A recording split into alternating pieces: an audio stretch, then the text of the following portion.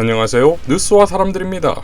윤석열 당선 이후 우리 언론이 보도한 북한 매체의 메시지는 다음과 같습니다. 통일의 메아리는 과거의 보수집권 세력들이 내들었던 반공화국 대결 정책을 되살려보려고 발악을 하고 있다. 이명박 정부의 비핵개방 3천과 박근혜 정부의 한반도 신뢰 프로세스가 윤 당선인의 대북 정책과 일맥상통하다. 윤석열이야말로 이명박근혜와 한바리에 실어도 짝지지 않을 대결 광신자이며 화근덩어리다. 권력의 자리에 기어오를 때부터 상대가 누구인지도 모르고 분수 없이 해덤비며 동족 대결 책동에 매달리는 윤석열과 같은 얼뜨기가 장차 이 땅의 평화를 파괴하고 참혹한 재앙만을 몰아오게 되리라는 것은 불보듯 명백하다.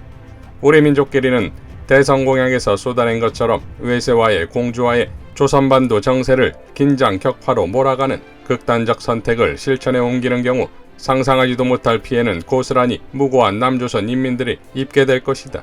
윤석열 패들에게 속아 전쟁광에게 표를 던져줬던 남조선의 각 계층 속에서 벌써부터 실망과 후회, 경로를 표출하며 자신들을 탐해하는 분위기가 형성, 고조되고 있는 것은 결코 우연치 않다. 인수위 외교안보분과의 간사, 위원으로 들어앉은 자들의 면면을 보면 대부분 이명박 집권 시기 역도의 하수인 노릇을 구잡스럽게 해온 극악한 대결광들, 4대 매국노들이다. 김성환, 김태효, 이종섭은 이명박 정부의 비핵개방 3천이란 반공화국 대결 정책 작성에 적극 관여하고 대북 제재와 미국산 첨단 무장 장비 도입 필요성을 역설한 인물들이다. 이런 어중이 떠중이들이 모여 머지않아 생겨나게 될 윤석열 정권은 곧 제2의 이명박 정권이 될 것임은 더 논할 여지가 없다. 그야말로 떡 부스레기 모아 빚은 것 역시 떡이라는 말이 그대로다. 메아리는 현 정부의 대북 정책을 완전히 실패한 굴종 정책으로 비난해온 윤석열의 구린 입에서 나온 이 대북 정책 구상이라는 것이 리명 박근혜의 대북, 대미, 대일 정책의 판박이 모사품에 불과하다라고 보도했습니다. 자, 북한은 지난 12일 윤석열의 대일 정책에 대해서도 이렇게 비판했지요. 남조선이 친일 세력들이 활개치는 세상으로 된다면 일본 반동들은 과거 일본군 사지와 배상은커녕 역사 왜곡 책동과 독도강탈 야망 등 군국주의 부활 책동을 더욱 노골화할 것이다. 일본 자위대가 유사시에 남조선에 들어올 수 있다는 망언까지 죄치며 돌아치고 있다. 보수당 패들도 기회가 있을 때마다 한일관계 악화의 책임은 정치 외교적으로 무능한 현 당국에 있다면서 각 계층의 반일의식을 약화시켜보려고 음으로 양으로 획책하고 있다. 남조선에서 친일 세력들이 반일운동을 위축시키기 위해 비열한 모략책동에 집요하게 매달리고 있다 라고 밝혔습니다. 자, 북한의 예견일까요? 28일 윤석열은 주한 일본 대사를 만나 이렇게 발언합니다. 당선됐을 때 바로 기시다 총리가 축하 메시지도 보내주고 직접 전화도 해줘서 정말 감사했다. 한일 현안에 대해 기시다 총리가 꿰뚫어보고 있더라. 한일 관계는 반드시 미래지향적으로 개선되고 과거처럼 좋은 관계가 시급히 복원돼야 한다고 생각한다. 양쪽 다 많은 노력이 필요할 것이다. 서로의 의견 차이가 있고 일견 풀리기 어려울 것 같은 문제도 있지만 진정성을 가지고 소통하고 대화하면 어려운 문제는 아닐 것이다. 양국의 정치 지도자가 한일 관계를 미래지향적으로 강하게 밀어붙이면 어려울 것 같지만 대화를 통해서 잘 해결될 수 있을 거라고 확신한다 라고 발언했습니다. 그리고는 다음날 일본은 일제강점기 조선인 노동자 강제연행, 종군 위안부 등의 표현이 사라지고 독도는 일본 고유의 영토이며 한국이 불법 점거하고 있다고 기술된 역사교과서를 내놓았지요. 한일 현안을 꿰뚫어보는 기시다이니 당선인의 입장 표명은 부적절했던 것일까요? 박홍근 원내대표는 이렇게 밝혔지요. 일본 정부가 또다시 왜곡된 역사교과서 12종 검정을 통과시켰습니다.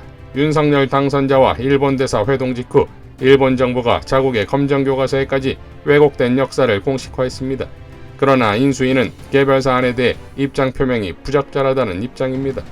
일본의 역사 왜곡을 개별 사안으로 치부하는 것과 입장 표명이 부적절하다는 대응이 더욱 적절치 않습니다.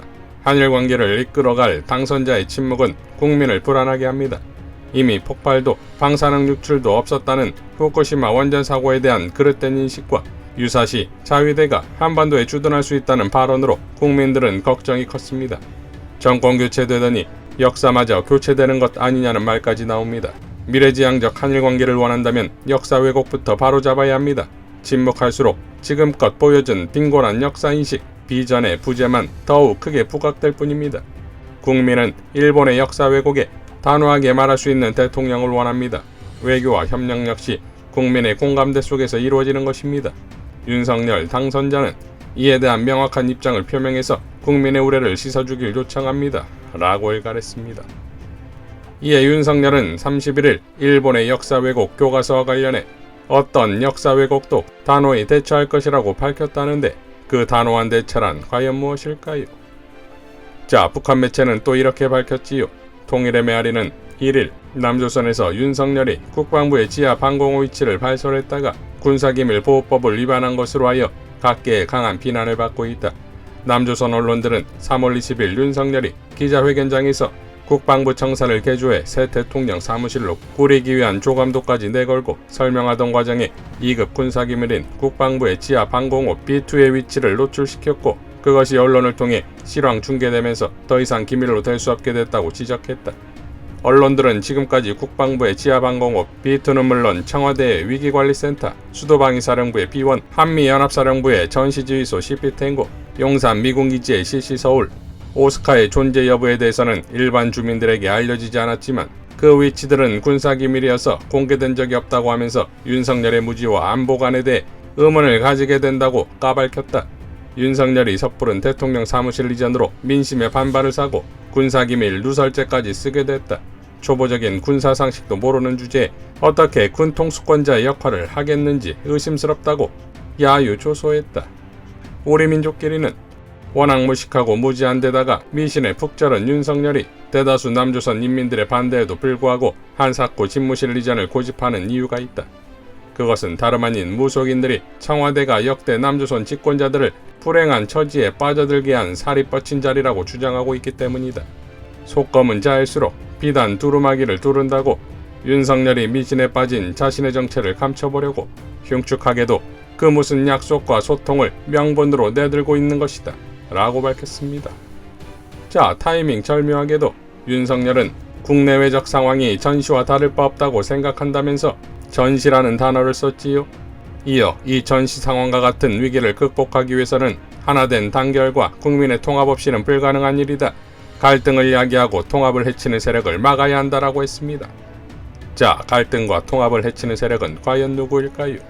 당선되자마자 청와대 국방부 이전으로 지지율 폭망에 이르렀고 보이는 것이라곤 밥을 퍼먹거나 퍼주거나 밖에 없고 인수위는 통합은커녕 월권의 점령군 행세까지 하고 있고 공약 이행은커녕 범복의 논리를 찾고 있고 김건희는 어떻게든 출연시켜야 하니 이 모든 이슈를 문 대통령과 김정숙 여사로 덮으려는 공작질 아니냐는 의심과 의혹을 받으면서 갈등과 통합을 해치는 세력을 막겠다는 것은 결국 국민을 막겠다는 뜻입니까? 국내는 물론 미국, 중국, 일본, 북한에까지 조롱과 무시의 대상이 되는 앞으로의 대한민국을 어찌하면 좋을까요? 김민웅 교수의 기도스로 마무리하겠습니다. 이건 분명 광기다. 퇴임하는 대통령과 영부인에게 허구한 날 쏘아대는 비열한 음해를 보라. 용산 직무실 이전 무리수를 덮고 김건희 등판 사전 정지 작업이라는 것쯤은 삼척동자도 할 일이다. 김건희 허위경력 수사촉구 현수막은 김건희 여사 비방 현수막으로 탈바꿈했다. 허위경력은 자신의 입으로 공개했고 도이치모터스 주가 조작 혐의는 수사조차 이루어지지 않았다. 그런데 비방이라. 수사기관은 정작 수사해야 할 일을 수사하지 않고 도리어 문제를 제기한 시민을 위협하고 있다.